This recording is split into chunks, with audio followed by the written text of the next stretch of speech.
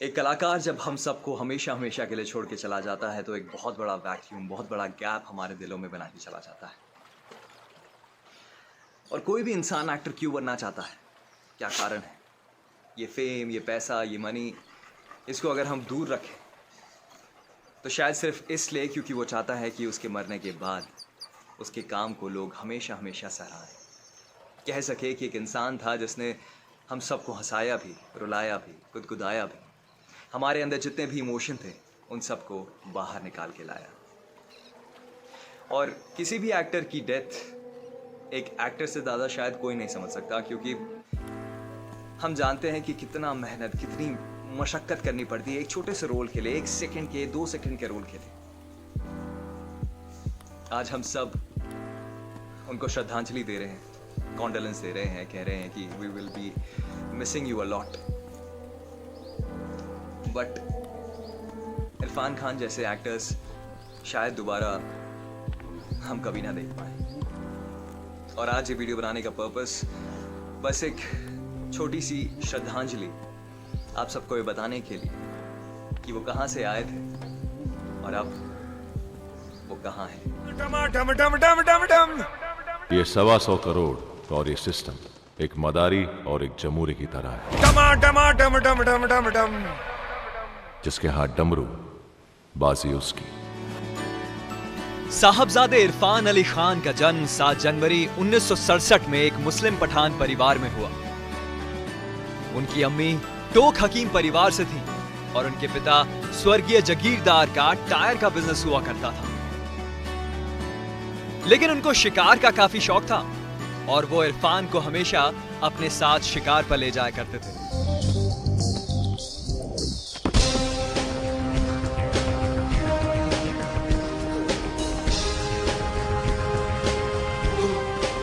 पठान परिवार में जन्मे इरफान को मांस मच्छी का शौक नहीं था।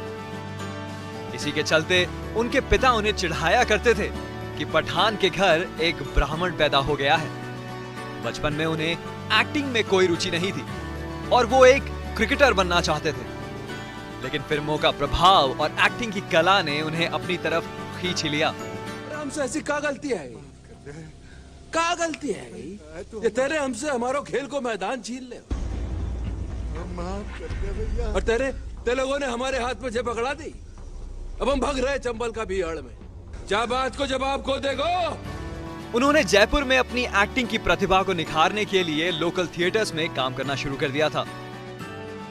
खान एमए की डिग्री पूरी ही कर रहे थे जब उन्हें 1984 में भारत के सर्वश्रेष्ठ acting school national school of drama से स्कॉलरशिप प्राप्त हुई। ये लगभग चांस ही था, क्योंकि इरफान ने सारे झूठे सर्टिफिकेट्स ही दिखाए थे और वहां से अपनी डिग्री प्राप्त करने के बाद उन्होंने रुख किया बंबई की ओर। बाज चूजे पे झपटा उठा ले गया। कहानी सच्ची लगती है लेकिन अच्छी नहीं लगती। चूजे ने पलटवार किया। कहानी सच्ची नहीं लगती लेकिन खुदा कसम बड़ी अच्छी लगती। लकीरें बहुत अजीब होती हैं। खाल पे खिंच जाएं तो खून निकाल देती हैं और जमीन पे खिंच जाएं तो सरहदें बना देती हैं। हालांकि इरफान खान को पहला फिल्म का रोल 1968 में मीरा नायर की फिल्म सलाम बॉम्बे में मिला था, लेकिन उनकी लंबी हाइट के कारण उनका रोल एडिट कर दिया गया। बीजापुर 20 बीजापुर है हिंदुस्तान में। कौन सा बीजापुर ये तो बोल। बेंगलुरु के पास वाला। मुंबई आने के बाद उन्होंने फिल्मों में काम ढूंढना शुरू किया, लेकिन उनके अनऑर्थोडॉक्स लुक्स के कारण उन्हें लंबे समय तक असफलता ही हासिल हुई। मजबूरन उन्होंने टेलीविजन की ओर रुख किया।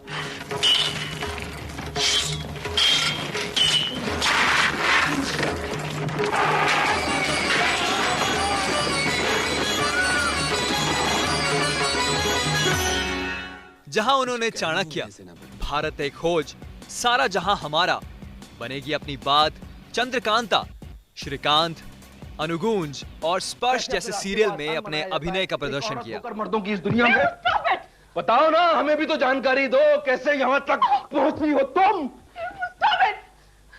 Stop it! कहो कि झूठ है, बोलो कि झूठ है। स्टार प्लस के मशहूर सीरियल डर में उन्होंने एक साइको किलर का कैरेक्टर निभाया था, जिसको लोगों ने खासा पसंद किया। इसके बाद स्टार बेस्ट सेलर्स के एपिसोडिक शोज में इरफान खान कई अलग अलग किरदार निभाते नजर आए, लेकिन टेलीविजन उन्हें रास नहीं आ रहा था।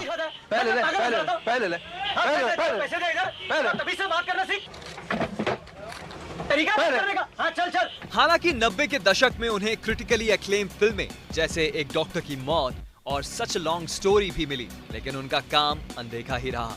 दिन प्रतिदिन फिल्मों में काम करने की इच्छा इरफान को सताती रही और एक वक्त ये भी आया जब उन्होंने एक्टिंग छोड़ने का मन बना लिया था। लेकिन उन्हें उम्मीद की किरण नजर आई जब एक लंदन के रहने वाले डायरेक्टर आसिफ कपाड़िया ने उन्हें लीड ऑफर किया 2001 में आई फिल्म वॉरियर में, जिसके बाद इरफान खान का नाम पहली बार सिनेमा जगत में उभर कर आया।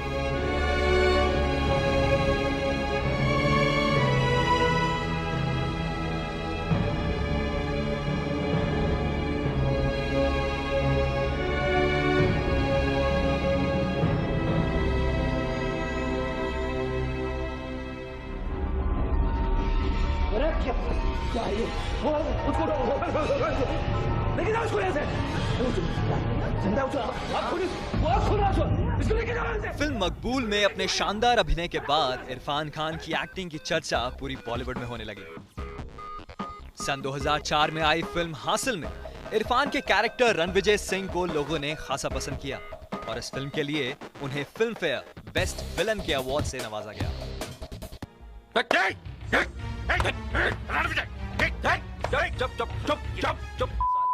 कोई देख नहीं रहा, इज्जत बरकरार है अभी।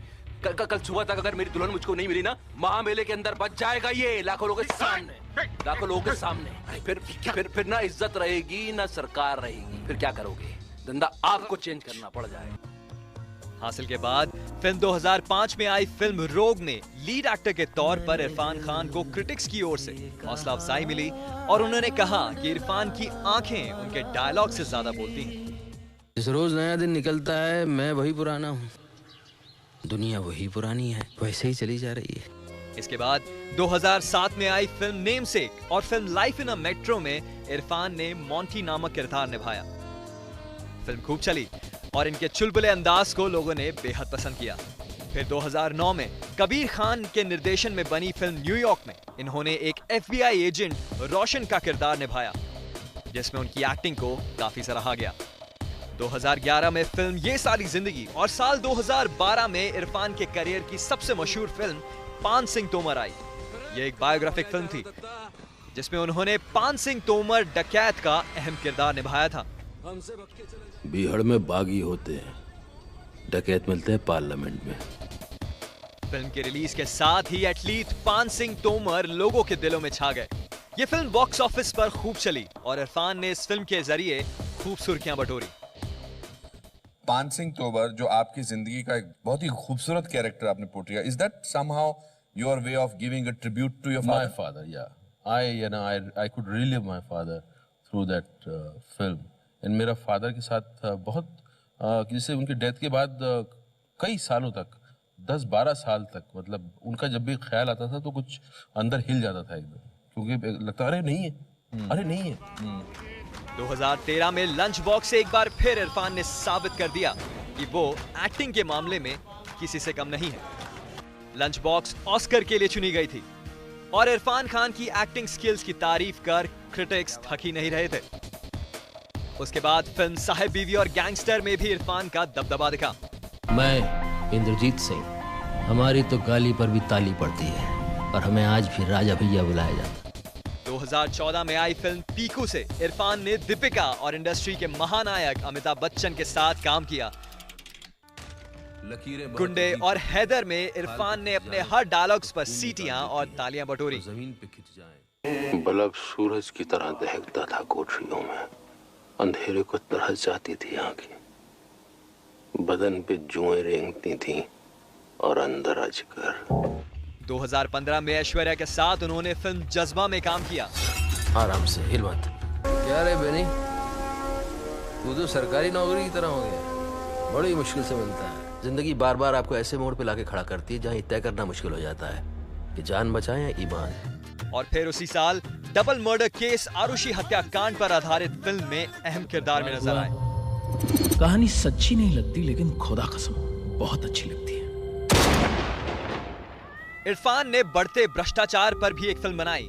फिल्म थी मदारी, और इस फिल्म से भी वो खूब चर्चा में आए। I was the ideal voter.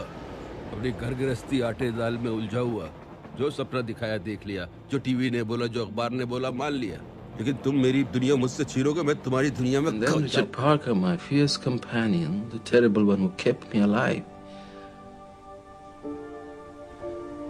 disappeared. Bachchan look और तेवर यहाँ काम नहीं करेगा। तो आप बताइए, मैं क्या सिंघम बन के घूमूं?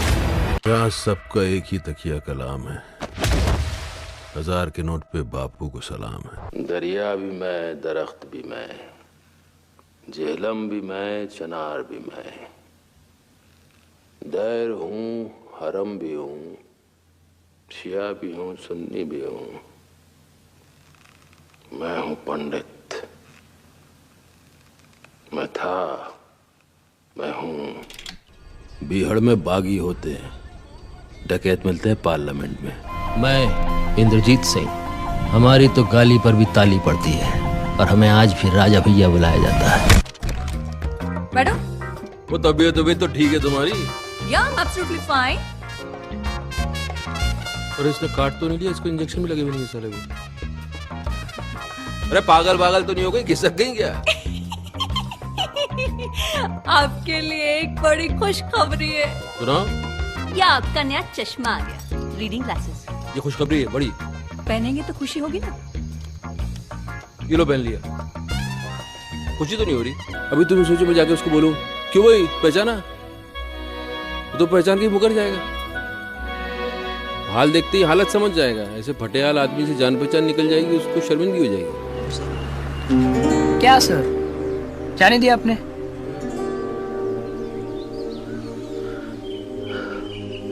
अबे मोहब्बत है इसलिए जाने दिया। जिद होती तो बाहों में होती। पिस्तौल की गोली और लौंडिया की बोली जब चलती है तो जान दोनों में ही खतरे में होती है। रिश्तों में भरोसा और मोबाइल पर नेटवर्क ना हो तो लोग गेम खेलने लगते हैं। तुम कौन सा गेम खेल रही हो? तो ये थे हम सब के शहीद थे, superstar, super duper star Irfan Khan. और ऐसे लोग जिनकी शायद शक्ल में ऐसा कुछ नहीं होता, लेकिन जब वो आते हैं स्क्रीन पे तो ऐसा लगता है कि वो हमें रिप्रेजेंट कर रहे हैं, और ये बात बताते हैं कि एक अच्छी शक्ल होना ज़रूरी नहीं है, एक अच्छा दिल, एक अच्छे विचार होने कितने ज़्यादा मायने रखते हैं। और आज इस एपिडेमिक में, इस पैंडेमिक में, जहाँ पे हम नहीं चाहते कि और कोई ख़बर हमें मिले, एक ऐसी खबर मिली है जिससे हम सब का दिल बैठ गया है। और स्पेशली उन आर्टिस्ट का दिल कितना बैठा है मैं महसूस कर सकता हूँ। आज उनकी श्रद्धांजलि के लिए शायद मुश्किल से 20 लोग ही हैं। कुछ दिन और रुक जाते तो शायद हम सब उनके इस यात्रा में एक साथ हो पाते। बट यस, वो अमर हैं और अमर ही रहेंगे हम सबके दिलों में। Thank you.